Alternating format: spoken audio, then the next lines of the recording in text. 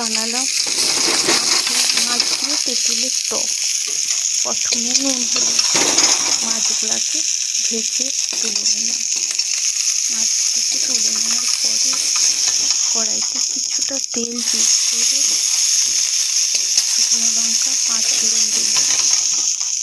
তারপরে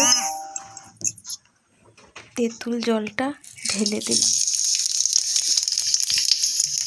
তেঁতুল জলটা ফুটতে ফুটতে যখন ভালো করে ফুটে উঠলো, তার কিছুক্ষণ পরে প্রথমে নুন হলুদ এবং মিষ্টির জন্য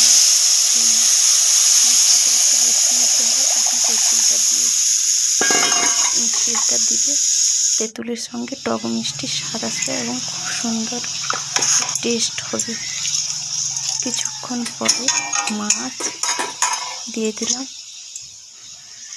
ভালো করে মাছটা অনেক ফুটিয়ে নিলাম।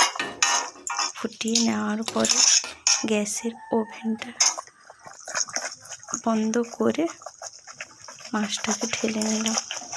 খুব সুন্দর স্বাদের তেঁতুলের টক। প্লিজ আমার ভিডিও দেখো আর আমার চ্যানেলটা সাবস্ক্রাইব করে দাও প্লিজ।